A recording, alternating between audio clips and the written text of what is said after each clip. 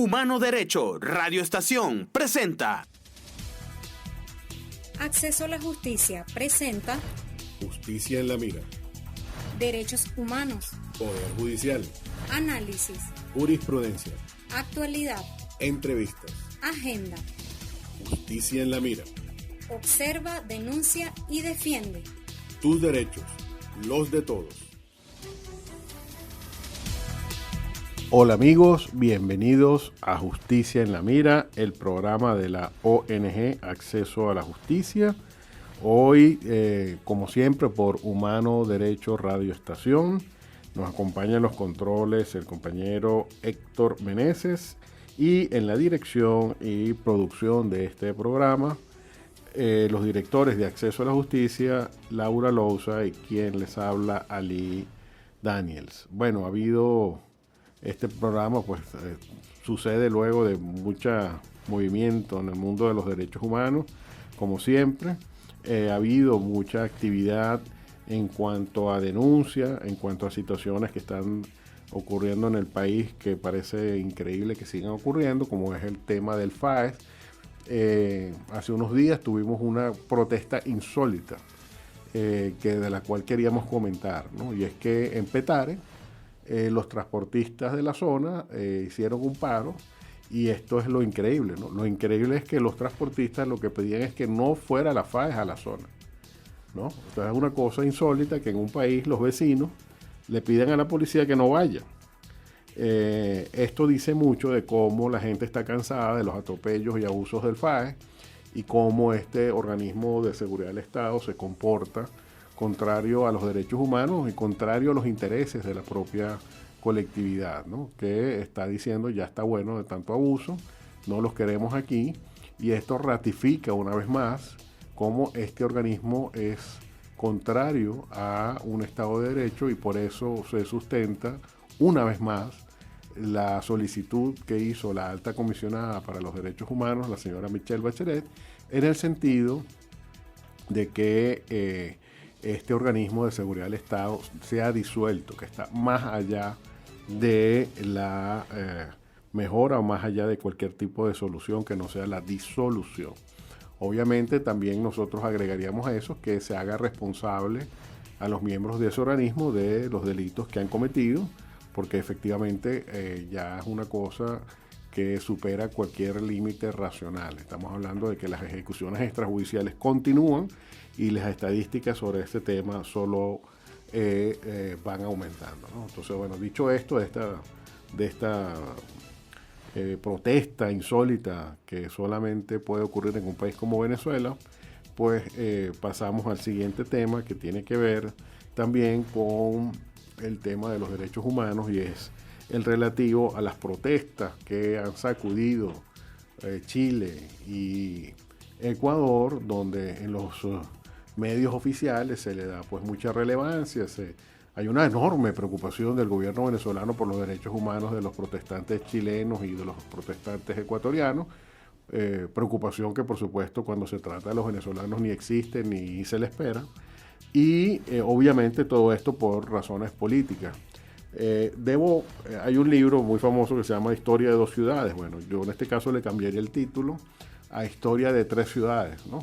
Vemos como dos gobiernos muy diferentes entre sí, el de Ecuador y el de Chile, un gobierno de izquierda, el de Ecuador, un gobierno de derecha, el de Chile, los dos ante una serie de medidas económicas que se tomaron, pues hubo una reacción bastante fuerte de la población, protestas masivas, y en los dos casos, ¿qué ocurrió? Bueno, tanto el de derecha como el de izquierda dijeron, bueno, vamos a suspender las medidas, vamos a dialogar, pero echaron para atrás. No solamente hubo un diálogo, en el caso de Ecuador sobre todo, donde hubo incluso una mesa que se instaló, sino que no se limitó a eso, sino que efectivamente el decreto que originó las medidas en Ecuador fue derogado, y en el caso de Chile no solamente se derogó el tema del metro, que además hay que decirlo aquí, que el presidente tuvo que esperar, eso es una cosa también que hay que destacar. El presidente no suspendió el tema del metro, sino que tuvo que pedirle al Congreso que dictara una ley para que él pudiera hacerlo. Entonces, eso es separación de poderes, eso es un Estado de Derecho. Pero en cualquier caso, en los dos supuestos, los gobiernos echaron para atrás. ¿no? En el caso de Chile incluso se agregaron unas medidas adicionales que trataron de compensar la situación. En el caso de Venezuela tenemos 6 años protestando, cientos de muertos, miles de personas detenidas, miles de manifestaciones que todavía al día de hoy siguen ocurriendo, y el gobierno no ha cambiado ni un ápice de sus políticas, ¿no? Entonces aquí vemos cómo el tema de el cambio de cuando un gobierno no escucha a su pueblo, lo que llega a ocurrir, ¿no? Entonces, por eso me llama mucho la atención que el gobierno haga tanta laraca con los derechos humanos de los protestantes en esos países, y mientras tanto en lo que ocurre en Venezuela pues no sé ni me preocupa. Entonces, bueno, es una cosa de estas insólitas que solo ocurren en un país como Venezuela, y que teníamos que hacer alusión porque aparentemente los derechos humanos para el gobierno solo existen de las fronteras hacia afuera, y de las fronteras hacia adentro pues como que eso no es preocupación del gobierno, ¿no? Y bueno, dicho esto, vamos a pasar a escuchar a un señor que se llama, cuando yo leí quién era que lo cantaba, pensé que era un grupo que se llama El Otro Polo, pero resulta que es un señor que se llama Carlos Poleto y que se hace llamar El Otro Polo. Este cantante, que es bastante joven, va a interpretar una canción muy bonita que se llama, en este caso lo estoy aquí, se llama El Sur. Con ustedes, El Otro Polo, El Sur. Gracias por el tiempo de espera. Traigo más canciones del sur, una para cada cosa, y eso que todas gozan del Caribe azul.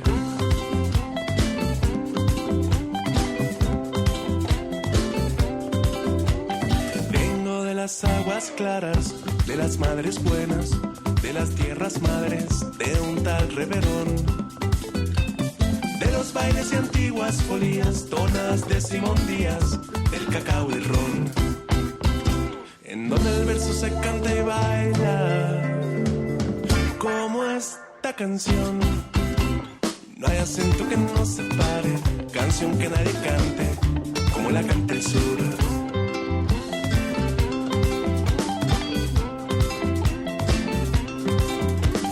Vengo de todas partes del mundo y del mundo en parte, del mejor lugar, de Neruda, Gardel y Eloy Blanco, de Joao Gilberto y sus cantos, hasta de Obregón, en donde el verso se canta y baila como esta canción. Y no hay acento que nos separe, canción que nadie cante como la canta el sur. No hay acento que nos separe, canción que nadie cante como la canta el sur. Del calor y la furia,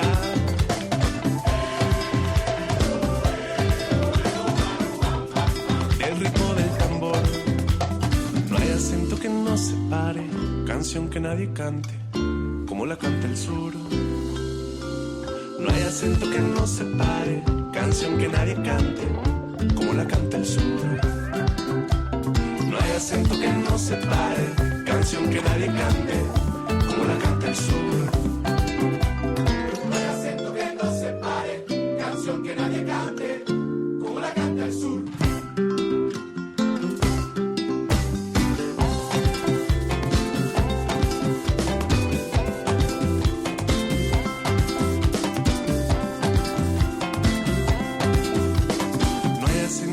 Separe, canción que nadie cante como la canta el sur.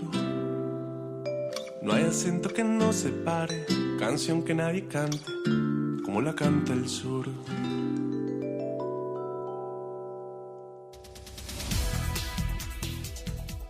Bueno, amigos, y luego de escuchar al Otro Polo con su canción El Sur, vamos a continuar con su programa Justicia en la Mira, el programa de la ONG Acceso a la Justicia, recordándoles que nos pueden seguir por Twitter a través de @Acceso a la Justicia, y por Instagram y por Facebook a través de la expresión Acceso a la Justicia.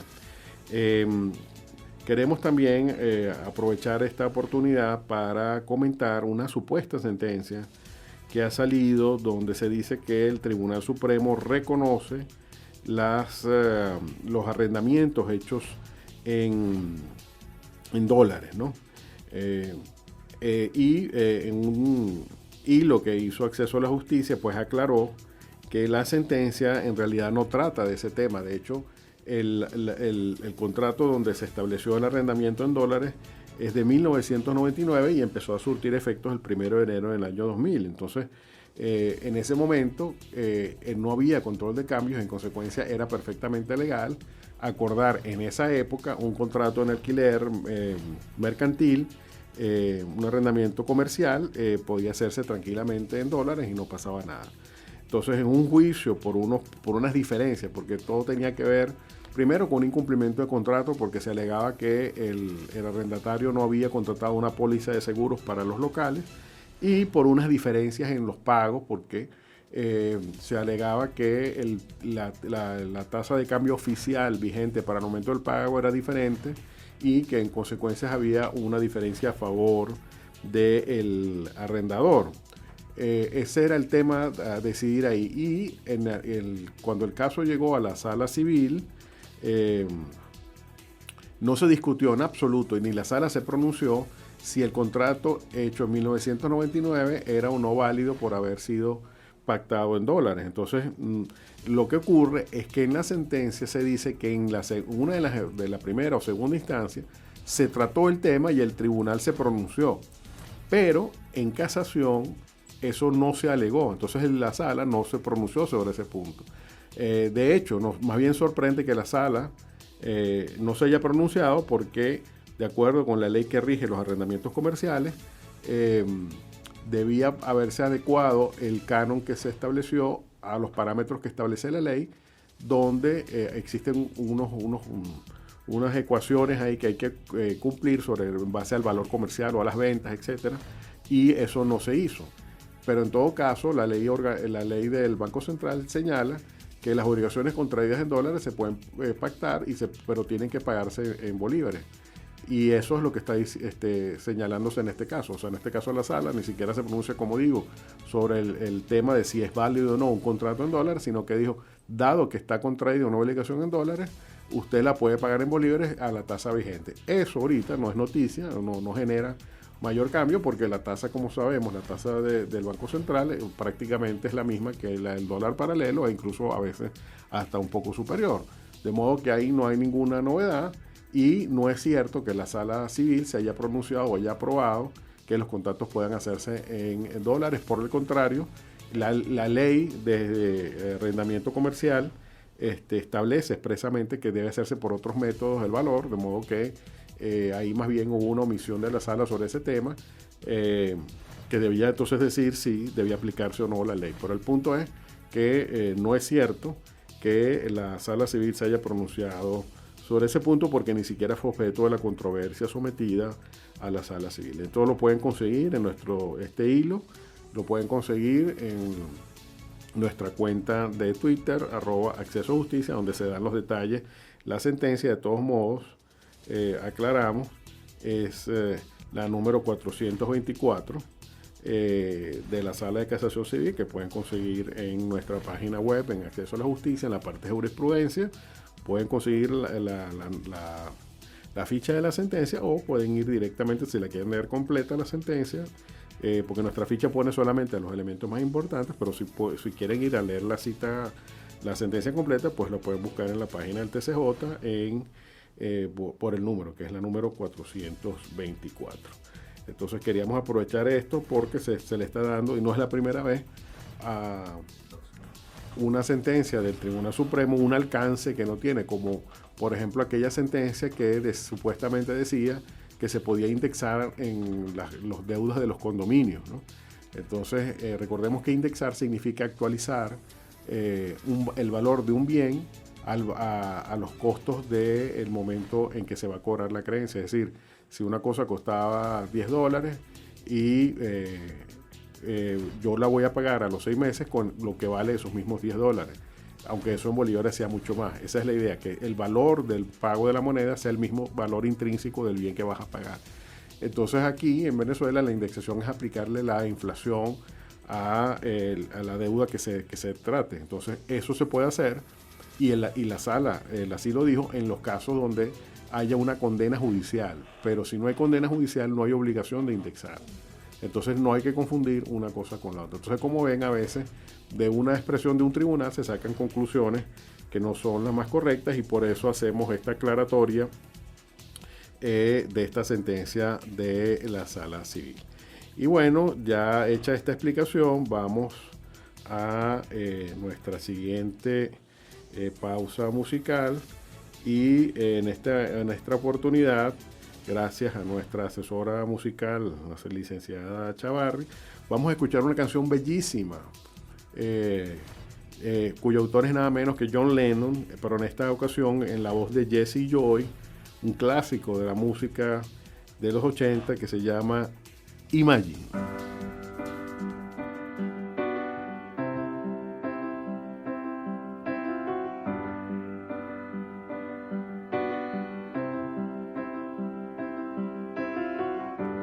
Imagine there's no heaven.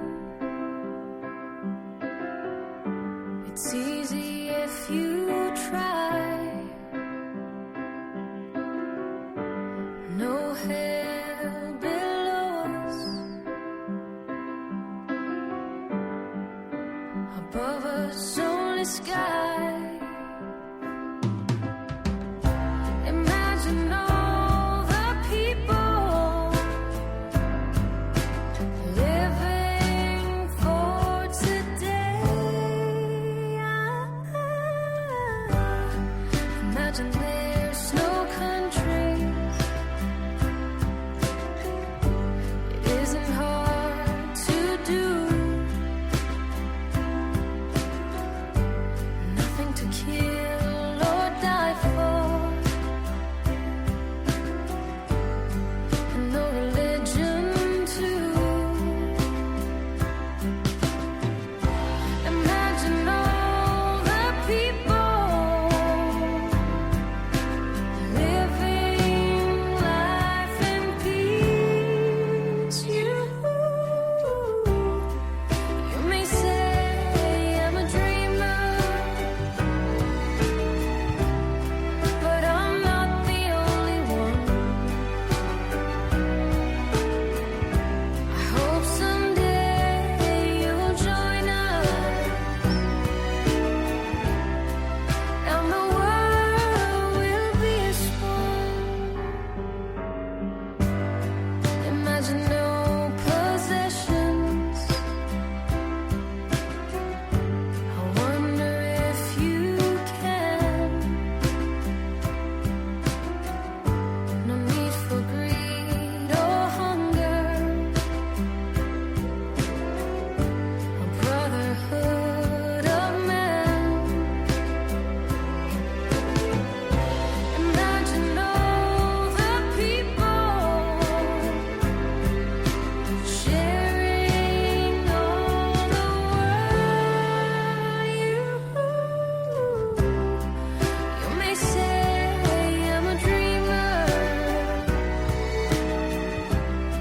but I'm not the only one. I hope someday you'll join us, and the world will live as one.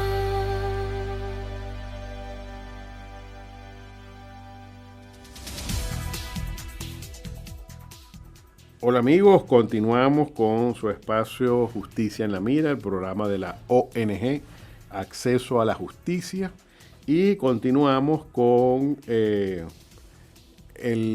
tema que habíamos comentado anteriormente, que tiene que ver con la FAES y todos los abusos que se están cometiendo, y ahora pues se agrega el elemento de en el tema de seguridad del Estado, pues que hemos recibido denuncias de casos donde, ya lo hemos ya comentado también en otros programas, de personas que cuando son sujetos de algún robo, pues lamentablemente cuando van a denunciarlo, pues no les reciben las denuncias. Esto ya es una situación que se viene repitiendo y que conforma una vez más el tema de la justicia en Venezuela. Ahí con esto queremos hacer un comentario de cuáles son nuestras propuestas en materia de justicia para reinstitucionalizar el Poder Judicial, ¿no? Lo primero que tenemos que hacer es llevar la justicia a las zonas populares. ¿Okay? No basta tener policías, eso no es suficiente. El venezolano no tiene una cultura de respeto a los árbitros, a los mediadores, a los jueces. Y trata en lo posible de que sea un caudillo o una autoridad la que le solucione los problemas. Entonces, para eso es importante que haya jueces de paz, jueces de penales de menor cuantía, que llaman, de asuntos de, digamos, de menor entidad, riñas, cosas pequeñas, pero que pueden degenerar en mayor violencia, de manera que ahí, a ese nivel, se pare la violencia desde sus propios orígenes. Entonces ahí vemos cómo el tema de la justicia de paz puede ser un mecanismo suficiente para ventilar las diferencias. Entonces recuerdo mucho el caso del juez de paz de Petare, que a él ya incluso había dejado de ser juez, y por la autoridad moral que tenía y por el respeto que le tenían los vecinos de Petare, le llevaban casos, la policía y la fiscalía le llevaban casos para que él mediara y llegara a acuerdos. Entonces nunca se me olvidó un caso que él nos contó, de un señor que borracho le metió el carro por el estacionamiento a la casa de otra persona. Eso, en una situación, digamos, de normalidad en este país, hubiera significado que uno de los dos al final de la discusión terminase muerto. Pero como los policías intervinieron a tiempo y el juez de paz gestionó, hizo una intermediación ahí, al final se llegó a un acuerdo y se llegó a un medio de reparación que permitió que tanto el que hizo el daño como la víctima de ese daño pues llegaran a satisfacción o un acuerdo que pues los dejara tranquilos a los dos con lo que había ocurrido. Entonces, este tipo de problemas que son comunes, que son cotidianos, que no es un tema de la oposición o el gobierno, es un tema de la vida cotidiana de las personas, debe ser solucionado a través de mecanismos institucionales y no como hasta ahora, que gana el que tenga el mejor padrino, o el que es amigo del policía, o el que es amigo de tal, o amigo del cual, o tiene un carnet político a través del cual hace valer sus influencias. Y lo importante es que haya una mediación, una intervención institucional donde hasta ahora no la ha habido. Pero obviamente para eso se requiere pues una cultura jurídica que Venezuela carece, que debe incluirse dentro de las propias escuelas, es decir, debe incluirse el mediador como una figura en el colegio, por ejemplo, para evitar que todas las diferencias que tienen los alumnos se arreglen como muchas veces se arreglan, que es a golpes. Cuando entendamos que puede haber una mediación sobre los problemas y que es válido arreglar esos problemas a través del diálogo y el acuerdo, pues entenderemos que como sociedad esa sería la manera normal y no de imponernos a través de la fuerza, porque lamentablemente eso que ocurre a nivel popular es lo que está ocurriendo a los altos niveles del Estado, donde el que tiene la fuerza es el que se está imponiendo, ¿no? Entonces, y no el que tiene el voto popular o la soberanía popular. Entonces, esto es una enseñanza que nos está dejando el tema de la justicia de paz que queríamos compartir con ustedes. Y la otra solución que estamos proponiendo desde Acceso a la Justicia es el tema de lo relativo a la carrera judicial. Debe haber una carrera judicial, es decir, nosotros soñamos, yo en lo particular sueño con un juez de municipio que haga toda su carrera y que termine como juez del Tribunal Supremo. ¿Por qué? Porque lamentablemente eso no ha ocurrido, porque el Poder Judicial en Venezuela no tiene carrera judicial, sino que son designaciones a dedo y obviamente también son destituciones a dedo sin ningún tipo de procedimiento, contrariando los principios de independencia judicial que ha señalado Naciones Unidas para decir que hay un Poder Judicial independiente e imparcial. Entonces en Venezuela eso no existe, lamentablemente nunca ha existido, porque en la historia republicana, cuando digamos antes de 1999, pues simplemente los grandes problemas del país no pasaban por el Poder Judicial, entonces era simplemente un poder menor que no tiene la mayor importancia, que podemos calificar de intrascendente, y a partir del año 99 empezó a tener una gran importancia, pero controlado por el Estado, controlado por el Ejecutivo para tener sus intereses a salvo. Entonces, obviamente, ni una cosa ni la otra son las que deben privar, sino que debemos tener jueces imparciales, y ya hemos dicho que no hay que ir a Suiza o hay que ir a Francia o hay que ir a Suecia para conseguir jueces imparciales, sino que ya en casos muy cercanos, como en el caso de Brasil, donde se han detenido jueces de izquierda y de derecha, o en el caso de Perú, donde se han detenido también presidentes de todos los signos, por el caso de Odebrecht. Eso lo que te está diciendo es que en esos países hay mayor institucionalidad, y vemos que en esos dos países es donde hay menos conflictividad, ¿no? en la actualidad. Entonces eso nos está diciendo cómo el tema de dirimir las controversias a través de los medios institucionales funciona para que los países no estallen. Bueno, y ahora vamos a presentar la siguiente pausa musical. En esta ocasión una canción que me dice la licenciada Chavarri, que está recién salida del horno, que se llama Filósofo, en la voz de Charlie Pap.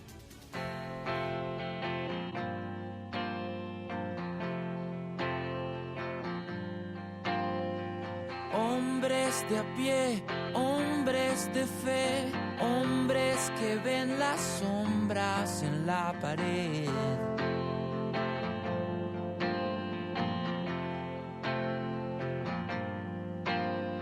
Seres de flux tienen la luz, pero el talento sin probidad se pudre.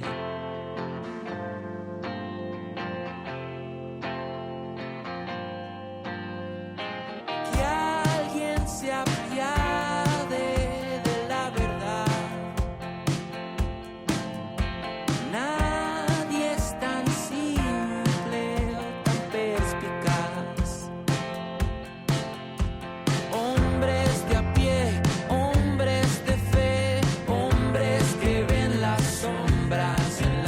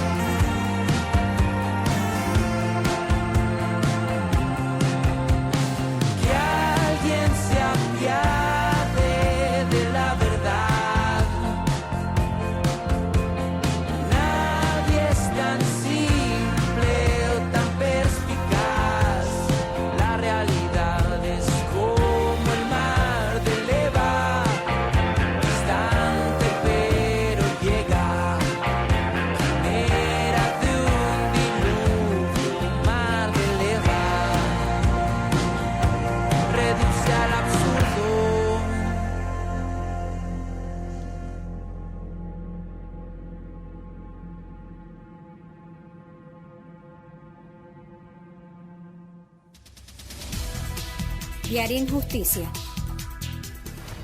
Bueno amigos, luego de esta pausa musical, escuchando esta banda que es calificada como banda de rock de garaje, cosa que me llama la atención, vamos ahora a, que es venezolana, ¿no? Además de que decir, oriunda del estado de Mérida, vamos a continuar con nuestra cotidiana sección de Diaria Injusticia, que como sabemos busca señalar casos de ciudadanos comunes y corrientes que son víctimas de la injusticia del Estado. Sin embargo, en esta ocasión no vamos a hablar de una persona desconocida, sino que vamos a hablar de una persona más bien muy conocida, que es objeto de una de las persecuciones judiciales y desde el poder más fuertes que hemos visto, ¿no? Se trata, pues lamentablemente, del caso de la jueza Fiuni, que, como sabemos, por liberar a un detenido, en este caso un banquero, el famoso Eligio Cedeño, esta persona que no había estado ya 2 años detenido y no había sido sometido a juicio, contrariando lo que dice la ley, pues esta jueza, cumpliendo lo que dice la ley, pues una vez que lo liberó, dado que es lo que dice la ley, porque eso nadie lo ha discutido,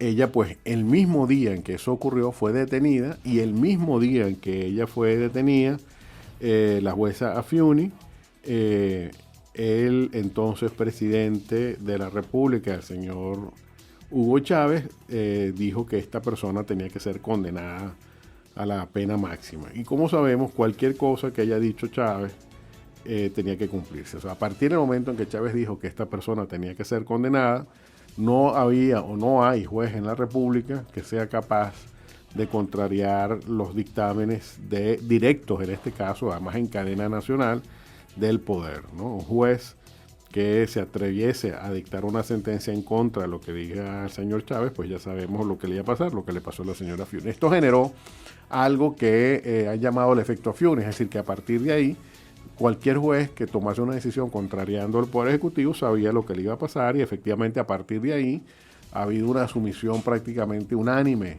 de los jueces del Poder Judicial con respecto al poder, y con muy honrosas excepciones, pero muy escasas también, ¿no? O sea, podemos hablar, por supuesto, de casos como el de Jonathan Mustiola, el que liberó a los presos, a los muchachos de la Universidad Simón Bolívar, que, bueno, efectivamente una vez que tomó la decisión, al mes fue destituido. Y como él, algún otro, pero que lamentablemente no es más que la excepción. Entonces tenemos que recordar, y esto lo podemos, les podemos remitir, que busquen la cronología del caso Fiuni en nuestra página web, donde están todos los hechos de este caso resumidos desde que se iniciaron. Les recordamos que todo esto empezó, esta lamentable tragedia que ha acompañado a la señora Fiuni, empezó en el año 2009 y ha venido continuando hasta el día de hoy. ¿Por qué hablamos del caso de la jueza Fiuni?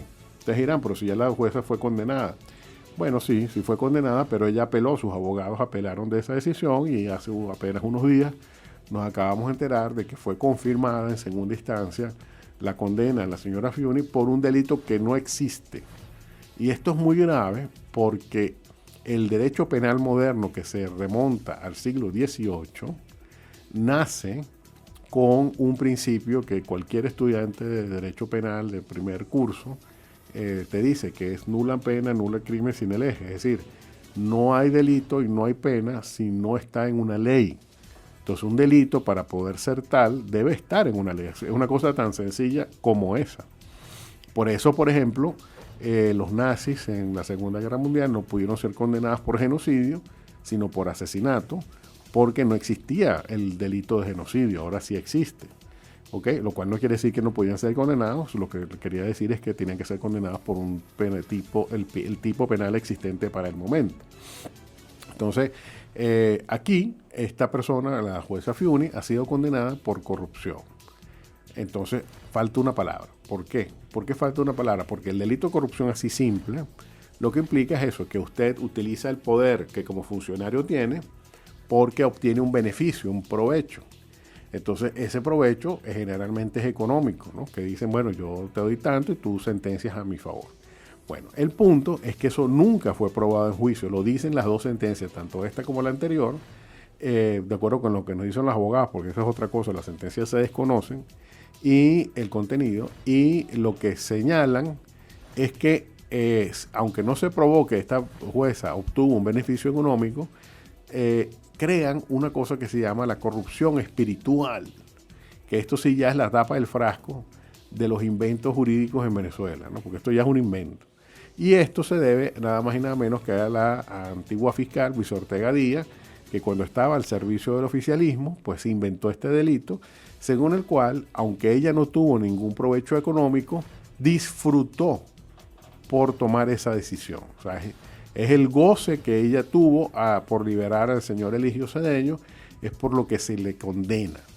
Entonces, esto que de verdad es una cosa absolutamente irracional, ¿no? Entonces, porque como les digo, no hay pruebas de que ella haya obtenido ningún tipo de beneficio económico, que es lo que la ley considera que es corrupción. O sea, no es un tema de que Eli Daniels diga que es corrupción o no, es que lo dice la ley, el Código Penal señala eso, que es corrupción, y la ley contra la corrupción señala exactamente lo mismo.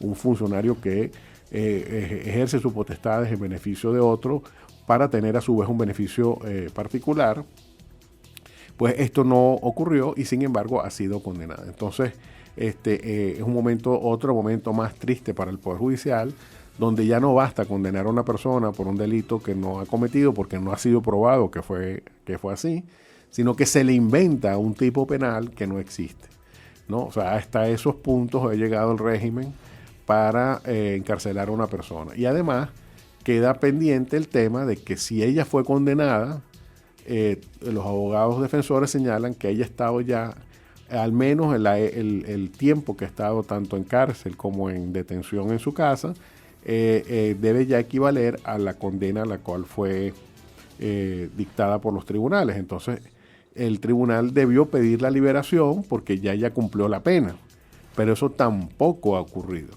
Y otra cosa es que recordemos que ella, estando en el INOF, en el Instituto Penitenciario para las reclusas de sexo femenino, ella denunció que fue violada y la también fiscal Luis Ortega Díaz negó que eso hubiera ocurrido, y por eso es que en este caso la señora Luis Ortega, que ha estado muy parlanchina cuando se trata de hablar de otros casos, en este caso particular ha estado en pétreo silencio, porque ella sabe que en este supuesto particular de la jueza Fiuni no es que hubo una actuación indebida, sino muchas por parte del Ministerio Público, y además muchas directamente por ella, que llegó a decir en Ginebra, en el Consejo de Derechos Humanos, que la jueza Fiuni se había retractado de la denuncia de violación, cosa que nunca ocurrió. Entonces, como ven, la actuación de la fiscal en este supuesto pues es realmente triste y es un caso más de diaria injusticia, con el agravante de que no es que se ha cometido una injusticia, sino que se han cometido muchas en el caso de la jueza Fiuni. Y dicho esto, bueno, pasamos a nuestra última pausa musical y vamos a escuchar a un grupo que ya hemos escuchado anteriormente en este programa, con una canción muy bonita que se llama ¿Cómo te extraño?, en la voz de Café Tacuba. ¿Cómo te extraño, mi amor? ¿Por qué será? Me falta todo en la vida si no estabas. ¿Cómo te extraño, mi amor? ¿Qué puedo hacer? Te extraño tanto que voy a enloquecer.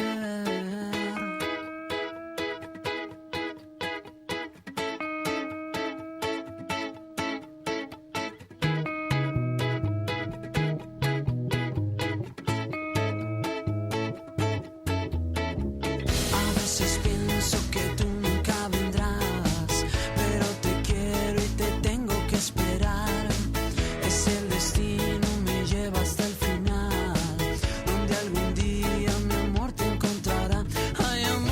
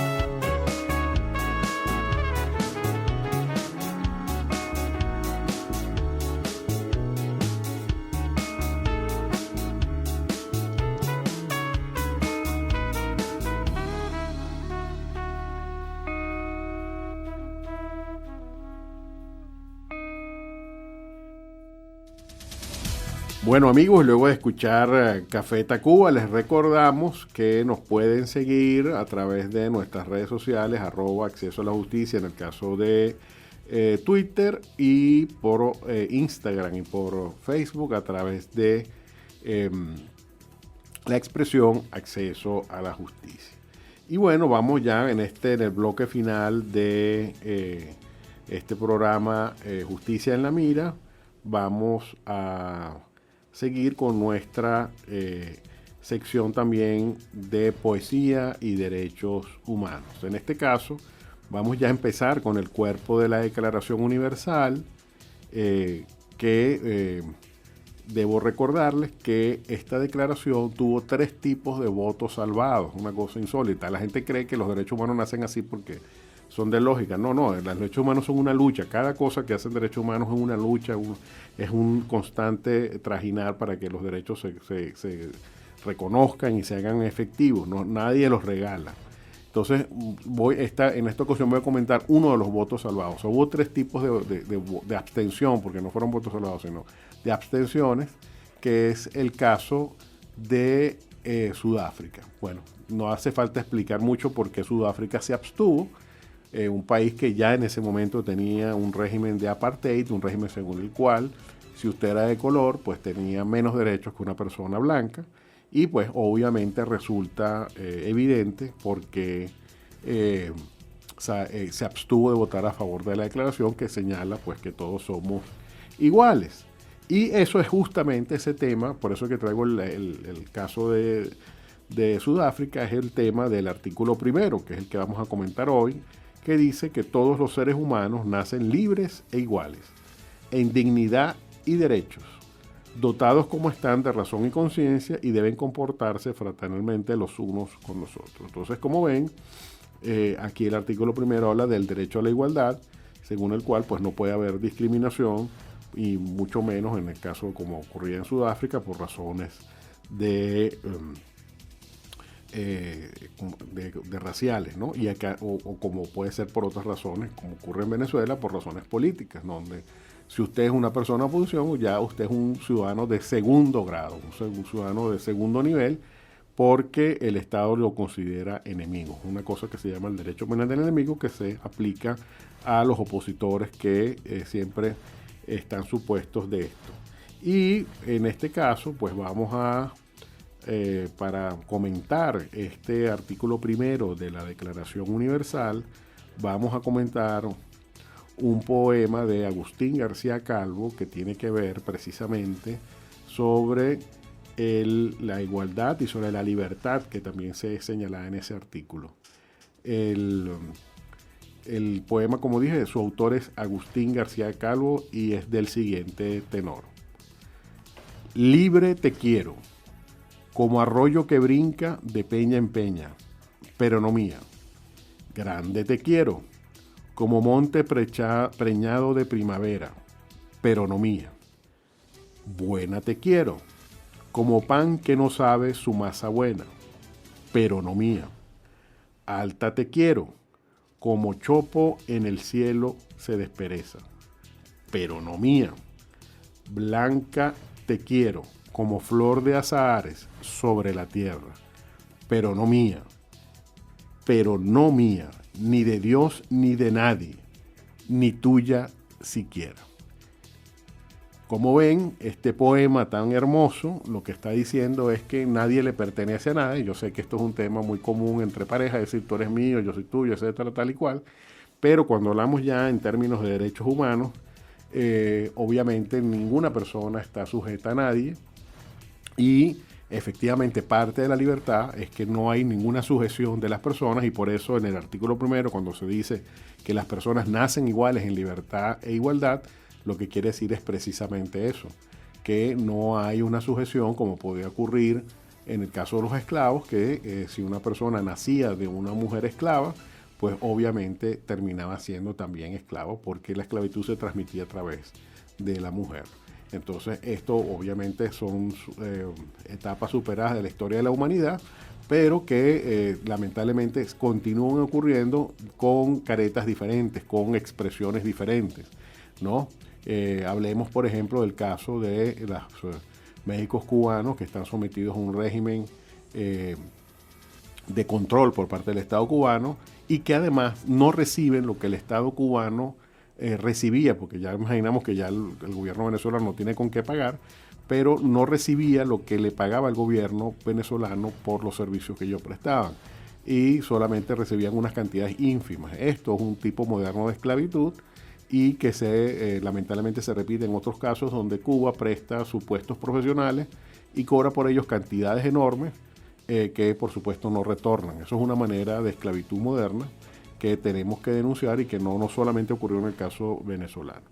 Y además, en el caso de la igualdad, pues obviamente aquí en Venezuela hay grandes necesidades en la materia, sobre todo lo que tiene que ver con género. En este sentido, las mujeres tienen todavía una enorme cima que escalar para lograr que el tema de la violencia contra la mujer remita, porque no hay mecanismos efectivos por parte del Estado para ello, y sobre todo porque la mujer tiene lamentablemente en la sociedad una valoración diferente respecto del hombre. Entonces aquí vemos como el tema de la igualdad no es solamente un tema de derechos políticos, sino que también tiene otras vertientes como el tema de género, donde hay tanto que hacer y donde todavía hay personas que consideran que la mujer es una persona que debe estar subalterna al hombre, que debe estar controlada por este y que ven como algo normal que la mujer solo hable cuando él le permita, o solo se vista como él le diga, o solo haga lo que él le diga, ¿no? O peor aún, un caso que me contaron en una universidad, donde un novio pues se consideraba que tenía el derecho a pegarle a la novia, incluso en público, ¿no? Eso es un caso que todavía me sorprende, que en el día de hoy todavía hay gente que considere que eso es lo correcto, y lo bueno es que la comunidad universitaria donde esto ocurrió reaccionó y después más bien hubo que proteger al agresor porque la gente lo quería linchar, ¿no? Entonces aquí hubo que hacer un operativo para decir que la persona iba a salir por un lado, pero en realidad salió por otro, pero para salvaguardar su integridad, porque aunque fuera un agresor, pues lo que había que hacer era denunciarlo y llevarlo ante los tribunales para que ahí fuera juzgado, pero obviamente no es lo correcto tomar la justicia por propia mano. Entonces esto es una prueba, digamos, aquí en Venezuela de una cosa que lamentablemente ocurre todos los días y que nos demuestra cómo este artículo 1 de la Declaración Universal de Derechos Humanos sigue estando vigente. Bueno, y dicho esto, vamos entonces a cerrar el programa de acceso a la justicia, despidiéndonos, agradeciendo su valiosísima atención y recordándoles que nos pueden seguir a través de las redes sociales y pueden sobre todo buscar los artículos de opinión que siempre publicamos sobre temas de interés en nuestra página web, que es www.accesoalajusticia.org. Muchísimas gracias por su atención. Acceso a la Justicia presentó Justicia en la Mira. Observa, denuncia y defiende. Tus derechos, los de todos.